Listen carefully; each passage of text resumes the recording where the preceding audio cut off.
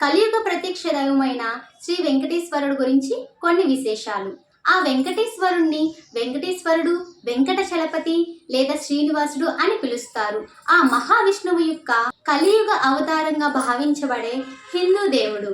వెంకటేశ్వరుడు అనే నామమునకు అర్థం వేం అంటే పాపములు, కట అంటే తొలగించే, ఈశ్వరుడు అంటే దేవుడు. వెంకటేశ్వరుడు అంటే భక్తుల పాపాలను తొలగించే దేవుడు అని అర్థం.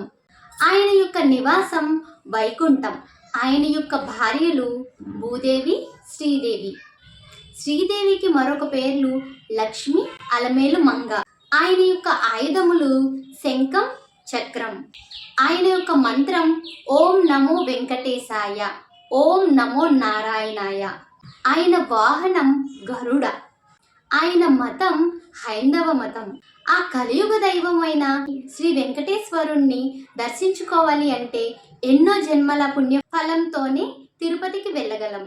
ఈ ఇన్ఫర్మేషన్ నచ్చినట్లయితే వీడియోని లైక్ చేయండి, మన ఛానల్ని సబ్స్క్రైబ్ చేసుకుని పక్కనే ఉన్న బెల్ ఐకాన్ని ఆన్లో ఉంచుకోండి.